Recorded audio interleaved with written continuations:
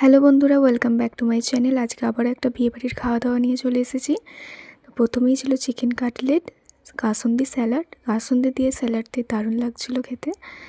তারপরেই চলে এলো নান, আর তার সাথে ছিল মটর পনির।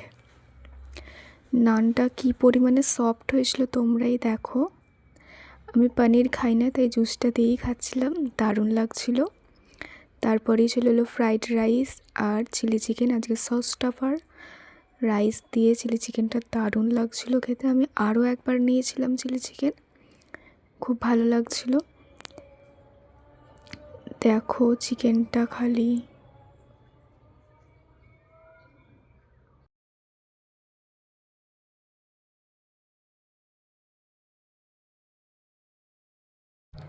তারপরেই চলে এলো চাটনি, পাঁপড়, যেটা আমার সব থেকে ফেভারিট। শেষ পাতে এটাই দারুণ লাগে, তাই না?